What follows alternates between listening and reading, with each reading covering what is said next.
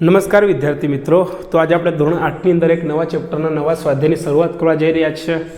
પ્રકરણ નંબર 9 છે, જેનું નામ છે માપન, જેના સ્વાધ્યાય 9.1ના પહેલા દાખલાનો આપણે અભ્યાસ કરવાનો થાય છે. ચાલો, તો આપણને અહીંયા શું આપ્યું છે? પહેલા દાખલાની અંદર રકમ કે એક ટેબલની ઉપર સમતલ પાટ્યું સમલંબ ચતુષ્કોણ આકારનું છે કે આકૃતિમાં બતાવ્યા પ્રમાણે એક ટેબલ છે અને એની ઉપર જે પાટિયું છે આવું એક પાટિયું છે. કેવું છે? આ સમલંબ ચતુષ્કોણ આકારનું પાટિયું છે.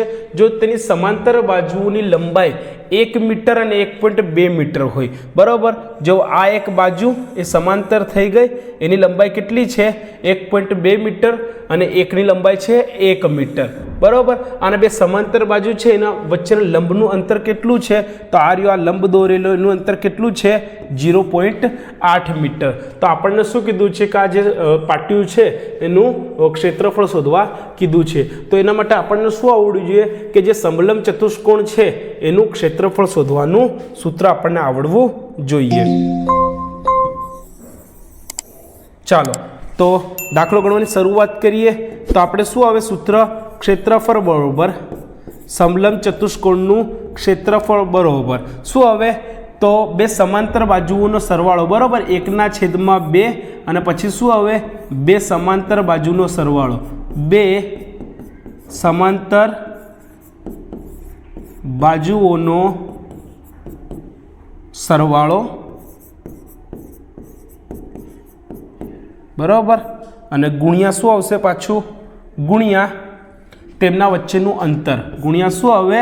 અથવા તો ઊંચાઈ આવે. તે બે સમાંતર બાજુ છે તેમના વચ્ચેની ઊંચાઈ આવશે. રેડી? તો જો દાખલા તરીકે અહીંયા હું આને નામ આપી દઉં A, આ B, આ C અને આ D, અને આને ઊંચાઈને કહી દઉં છું હું H. તો હવે મારી પાસે શું બચશે? જુઓ, 1/2 અને બે સમાંતર બાજુઓ કઈ કઈ?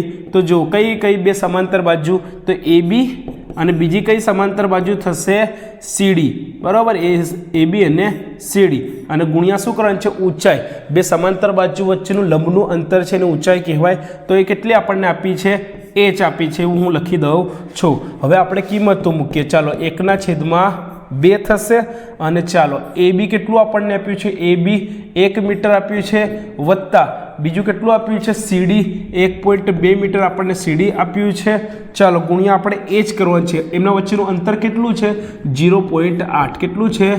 0.8 આપણને આપેલું છે. ચાલો, તો હવે જુઓ, 1/2 અને અહીંયા 1 અને 1.2 એટલે 2.2 થશે અહીંયા. ચાલો, અને 0.8. ચાલો, તો હવે શું થશે? તો 11 દુ કેટલી થાય ભાઈ? 22 થાય. તો અહીંયા 1.1 થઈ જશે. કેટલો થાય? 1.1. તો આપણી પાસે શું બચ્યું? 1 ગુણ્યા 1.1 ગુણ્યા 0.8, બરાબર. તો 1.1 11 ગુણ્યા 8 કરીએ તો કેટલા થાય?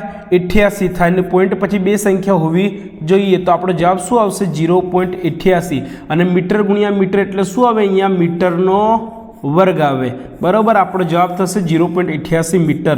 આપણને શું મળ્યું? આ સમલંબ ચતુષ્કોણ આકારનું જે પાટિયું છે એનું ક્ષેત્રફળ. વિડીયો પોઝ કરીને લખી લો.